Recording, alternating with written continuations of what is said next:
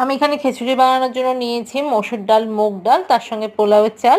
সবগুলো ভালো করে ধুয়ে 15 মিনিট পানি ঝরাতে রেখেছিলাম। তারপর এখানে আমি একে একে দিয়ে দিচ্ছি এখানে পেঁয়াজ কুচি, তারপর রসুন গ্রেট করে, তার সঙ্গে লবণ, হলুদের গুঁড়ো, মরিচের গুঁড়ো, ধনিয়ার গুঁড়ো। তারপর দিব এখানে 1 প্যাকেট ম্যাগি মশলা আর পরিমাণ মতো তেল। তার সঙ্গে দিব শুকনো গরম মশলা মানে তেজপাতা, দারচিনি, এলাচ। তার সঙ্গে আদা বাটা তো অবশ্যই থাকবে। এখন সব কিছু আমি হাত দিয়ে একেবারে মেখে নিব, মানে এটা আমি হাত দিয়ে মেখে একেবারে বসিয়ে দিব, কোনো ঝামেলা নাই।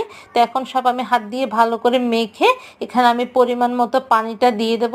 পানিটা আসলে খুব বেশি দেওয়ার প্রয়োজন নেই, মানে চাউল আর ডাল মিলে যদি 1.5 কাপ হয়, পানিটা দেবেন 3 কাপের থেকে একটু কম। তো এখানে আমি পানিটা ঢেলে দিলাম, আর পানিটা কিন্তু আমি ঠান্ডা পানিই দিয়েছি।